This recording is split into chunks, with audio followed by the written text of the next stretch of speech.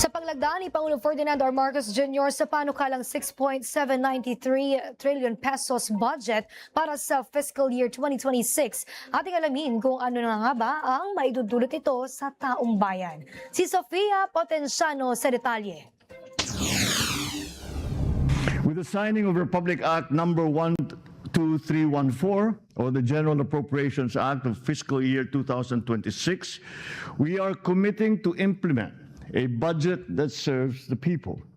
Yan ang inihayag ni Pangulong Ferdinand R. Marcos Jr. matapos pirmahan ng 6.793 trillion pesos budget para sa fiscal year 2026. Nakatuon ang budget na ito sa mga serbisyong direktang mapakikinabangan ng mamamayan, kasabay din ito ang mas mahigpit na pagbabantay sa paggamit ng pondo ng bayan. Ayon kay Pangulong Marcos Jr., tinanggal o nilimitahan ang mahigit 70 bilyong pisong halaga ng ilang unprogrammed appropriations upang mapanatili ang disiplina at maiwasan ang pang-aabuso sa pondo. Pinakamalaking bahagi ng budget ay mapupunta sa sektor ng edukasyon na may kabuuang 1.345 trillion pesos. Pasok ito sa global benchmark ng UNESCO at sasaklaw sa Department of Education, Commission on Higher Education, Technical Education and Skills Development Authority at mga state universities and colleges. Kabilang din dito ang sahod at benepisyo ng mga guro, pagdaragdag ng permanenteng posisyon, pagpapatayo ng mga silid-aralan, pagbili ng kagamitang panturo, school-based feeding program at mga scholarship.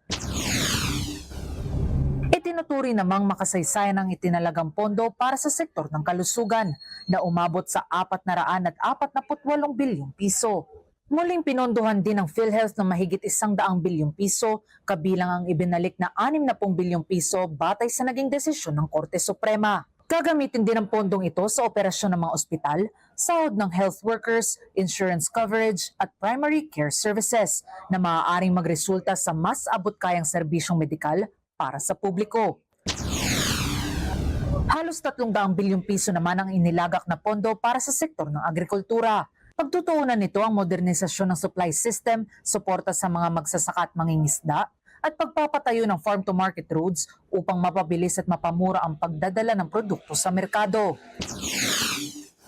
Tumaas din sa 45% ang alokasyon sa mga local government units na makapagbibigay sa mga LGU ng kakayahang makapaghatid ng serbisyo tulad ng kalusugan, roadworks at disaster response.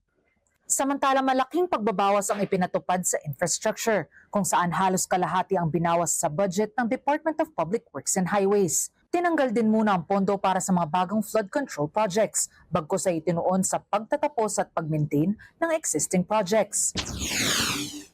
Hindi tayo napapayag na mapunta sa kurakot ang salaping pinaghirapan ng bawat Pilipino. Sa pagharap ngayon natin sa bagong taon, nawa ang apoy na nag-aalab sa ating mga puso ay magdulot ng tunay na pagbabago tungo sa isang maunlad na kinabukasan. Para sa totoong balita sa Bagong Pilipinas, Sofia Potenciano, Congress News.